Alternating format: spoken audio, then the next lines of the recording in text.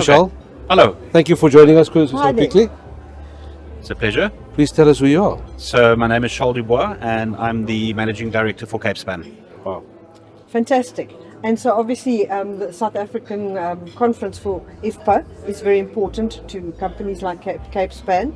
And tell us a little bit what have you taken from this morning's session? So I think for a start, I mean, IFPA is very important to Capespan. We're members both in the US and Canada as well as in South Africa. So we've been very supportive of the PMA as it was and IFPA today. So we believe it's an important industry organization that really spans international companies and international markets. And I think that's the interesting bit for me for a conference like this is that it's got a very international focus. It's got an international flavor. I think in South Africa quite often we get very focused and hung up a little bit on our own internal issues and local domestic issues.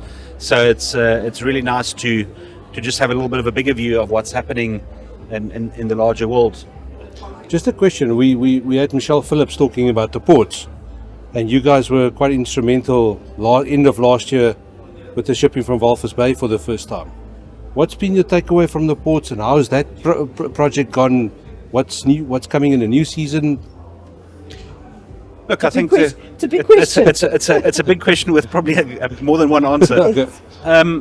Look, I think the challenge in the South African ports has been operational efficiency. It has been, as Michelle pointed out correctly, a lot of equipment challenges. They've had personnel issues, and that's of course compounded by weather in the Port of Cape Town, in particular during summer where we've got a lot of wind, as well as floods and other issues that we've had across the country. So I think some of it is probably out of Transnet's control, and some of it is probably within their control. Our view has simply been that it has become a huge business risk to us and to other companies and our customers really, that the Port of Cape Town is operating efficiently. So we've taken the view that we diversify into other ports. Like a lot of our other South Africans, we're shipping out of Maputo. Okay. Last year we did a trial out of Walvis Bay, which went well. Walvis Bay, of course, has a private operator in conjunction with NAM Ports. And for the coming table grape season, certainly we are planning on using Maputo again. It was a very positive experience for table grapes. Oh, wow. We will also ship South African table grapes out of Walvis Bay, and not just Namibian fruit. So we will do cross-border, and like a lot of other South Africans, we're doing citrus at the moment out of the port of Maputo into the Middle East and into Asia. So I think as long as there are constraints at Transnet and there are options outside of, well, whether it's inside or outside of South Africa, but whenever there are more effective solutions, we and a lot of other companies, I think, will search out those solutions and use them instead of suffering huge damages and or huge risk in South African ports. Having said that, of course, the easiest route and the cheapest route on paper is a South African port, because the other ports have a lot of expenses, in particular if you're moving South African cargo outside of the border. Yes. For Namibian fruit, it's a bit of a different game, but moving South African fruit outside is expensive. But if it's the more effective route, I think a lot of South African companies will also choose that, even though it's more expensive, just in looking for effectiveness. Yeah. So that expense outweighs the risk of not getting your stuff out. Well, I think table grapes in particular have a very limited shelf life, as do most other fresh produce items. Easy peeler citrus being one of them, stone fruit, of course, being highly perishable, blueberries. So that the risk and cost of fruit arriving not in sound condition is a great deal more expensive than simply just spending more on the logistics to make sure that you have an effective supply chain. So in effect, what I'm also taking from this is the presentation by Transnet here today. There's a lot of talk.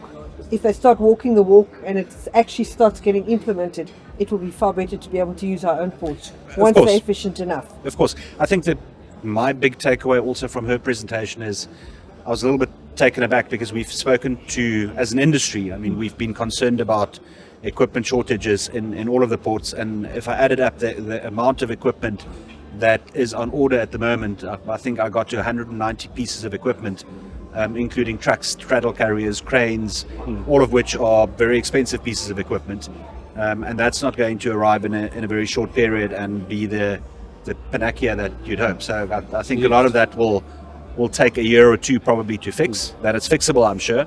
I think it's just a matter of actually having the right equipment and the right people and gearing up operations. And almost in the same sentence, she said that the budget was cut. Yeah, and I mean, you can see what's happening to their volumes and revenue. So it's to do that out of own operations if your business is under pressure is not going to be easy. Yes. So I think that the only logical solution is going to be with, as they said, public-private partnerships and to get industry on board. Looking at the amount of money that's been spent in South Africa in the past 3 to 4 years, both in terms of new plantations, new pack houses, new cooling, new logistics, there's been billions of rand spent. So it's certainly not a shortage of money, it's not a shortage of capital, and I don't think it's a shortage of will from private enterprise. It's simply being allowed to do this together with government and or together with Transnet for private people to come in, and I think that is the logical solution, to have a bigger stake for private companies. And I realize privatization is complicated in that environment, but certainly with private operators helping, and I think there are a lot of companies and a lot of people with expertise internationally that could do a really, really good job in a very short period. So I think it can be turned around. I think the will is there. We just need to take hands and make it work.